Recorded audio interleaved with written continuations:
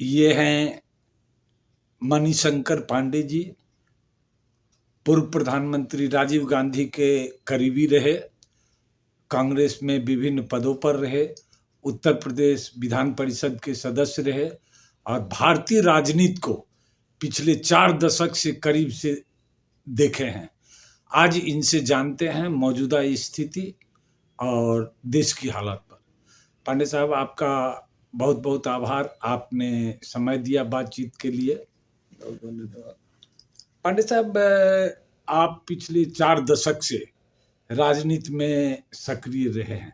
मौजूदा राजनीति और पहले की राजनीति में क्या अंतर पाते हैं? ये बात है कि सबसे बड़ी बात तो ये है कि जब मैं राजनीति में आया था, छात्र था और काशी हिंदू विश्वविद्यालय में मेरा दाखिला हुआ और मैं वहीं से राजनीति शुरू किया। और सबसे पहले कांग्रेस विंग का जो स्टूडेंट विंग था, छात्र संगठन, इसको अंग्रेजी में NSY कहते हैं, उसका मैं पहला अध्यक्ष काशी हिंदू विश्वविद्यालय का कांग्रेस पार्टी ने हमको बनाया था। और उस समय छात्र राजनीति का एक बहुत जोर पूरे देश में रहता था और जितने बड़ी बड़ी यूनिवर्सिटियां थी, सेंट्रल की हों चाहे राज्य की हों, एक लोकतांत्रिक व्यवस्था थी कि उनके यूनियन का चुनाव होता था।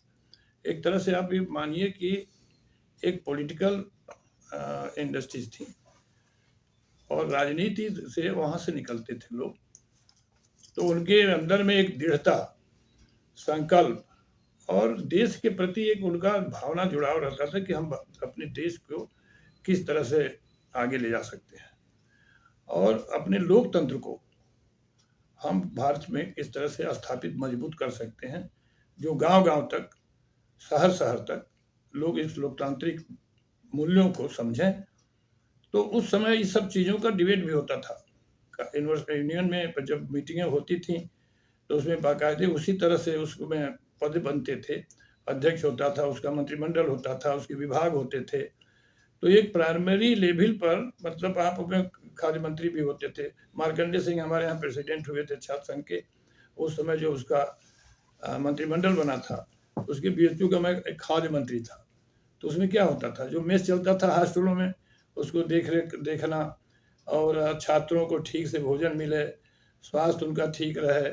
तो इस तरह की बहुत सी चीज़ें जो आज हो रही हैं, जिस तरह की सरकारें हैं राज्य की चाहे केंद्र की, जो विभागों में काम कर रहे हैं, उस समय भी बहुत से इसी तरह से यूनिवर्सिटी के लेवल पर भी सब विभाग होते थे छात्रों के उसमें। तो एक ट्रेनिंग जो है राजनीति की वहीं से शुरू हो जाती थी और वहाँ से जब निकल कर के राजनीति में जाते थे लोग, तो उनको ये लगता था कि मेरा आधा तो बहुत से प्रोसीजर को सीख जाते थे, लेकिन संविधान को और विधानसभा को और लोकसभा को चलाने का जो कार्यप्रणाली थी, उसको वहाँ करके कुछ पूरा कर देते थे।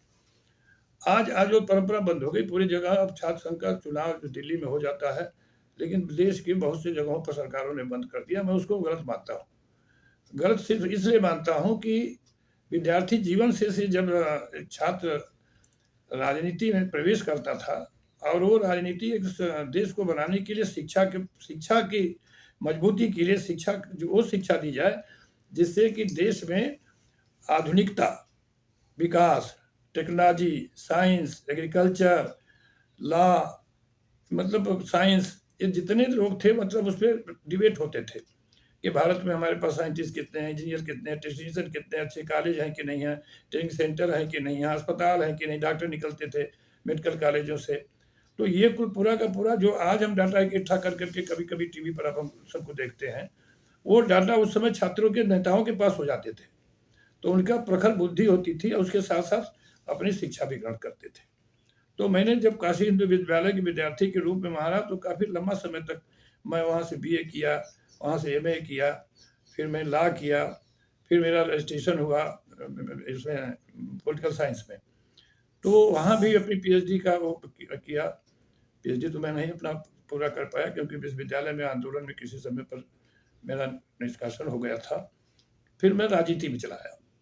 अब जब राजनीति में आए तो उस समय में और आज की राजनीति में सिर्फ एक फर्क है कि उस समय जो लोग आते थे प्योर गांव से, आप देखेंगे गांव के जो नेता आते थे धोती पहने, कुर्ता पहने, मिर्जाई पहने, टोपी लगाए उस समय आज के मतलब 40 साल पहले एक गांधी जी का मतलब जो ट्रेनिंग थी, गांधी जी की जो ट्रेनिंग थी कपड़ा पहनने का, टोपी लगाने का, आदर्श का, सत्य का, अहिंसा का, समाज के काम करने का, ये प्रभाव था। और उस जमाने के जितने नेता थे वो मतलब गांधी जी के प्रभाव से प्रेरित होकर के उनको समाज में काम करते थे। आज आप देखेंगे कि जो नेता हैं वो सब गांधी जी के समय का वस्त्र धारण करने वाले नेता नहीं हैं और उस तरह के सहयोग करने वाले नहीं हैं।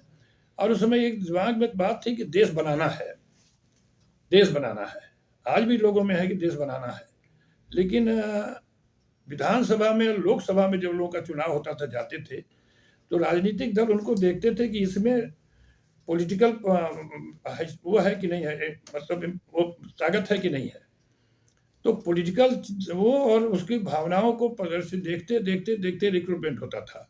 आज तो सबसे बड़ी फर्क यह है कि विधानसभा में, लोकसभा में रॉ मटेरियल जिसको आप कहते हैं, जिसको लोग सदस्य के रूप में आप कहीं से उठा लिए, जाति के उद्भाव पे उठा लिए, धर्म के नाम पर उठा लिए और आप उनको ले आकर के सदस्य बना देते हैं। पहले ऐसा नहीं होता था। पहले ये होता था कि आप राजनीति के लायक हैं कि नहीं हैं। आप 10% उस जमाने में भी रहा होगा, मैं नहीं कहता कि लोग संख्या के नाते, समीकरण के नाते आ जाते थे, लेकिन जो राजनीति में उस समय आते थे वो परिपक्व